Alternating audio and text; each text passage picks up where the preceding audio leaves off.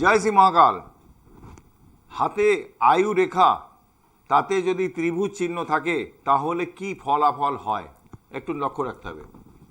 আমরা আয়ুরেখা বলছি, একটা হাতের চিহ্ন এঁকেছি, এইটাকে বলছি লাইফ লাইন বা আয়ুরেখা।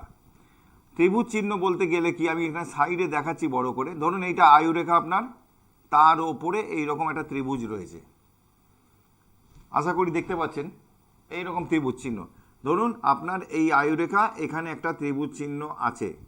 নির্দিষ্ট বয়সে বা একাধিক ত্রিভুজ থাকতে পারে, নির্দিষ্ট বয়সে এসে আপনার মাথা গোজার বাড়ি যেরকম নিজস্ব হবে, তেমনি আপনার লাইফে একটা সাকসেস যোগ আসবে, আপনাকে ঠেলে দেবে ওপরে। কেউ দেখবেন যে ঈশ্বরের একটা, মানে অনেকের থাকে না ঈশ্বরিক একটা আশীর্বাদ, এইভাবে কেউ আপনাকে ঠেলে দিচ্ছে, অটোমেটিক্যালি আপনি যেটা চাইছেন সেটা পেয়ে যাচ্ছেন।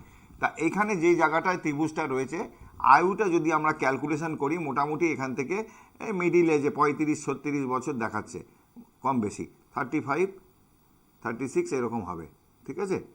এই জায়গাটা এইরকম যদি ত্রিভুজ থাকে, আবার যদি দেখা যায় যে আয়ুরেখার শেষে একটা ত্রিভুজ আছে এরকম জায়গায়, তাহলে কিন্তু এটা কিন্তু আবার একটু বেশি বয়সে গিয়ে 65-70-70ই ধরলাম, 70 ইয়ার্স এই যে জায়গায় রয়েছে, 70-75 এই জায়গায় গিয়েও কিন্তু আপনাকে কিন্তু আবার নতুন করে কোনো অপশান দেবে, আবার একটা ভালো পজিশন করে দেবে। ভালো থাকবেন।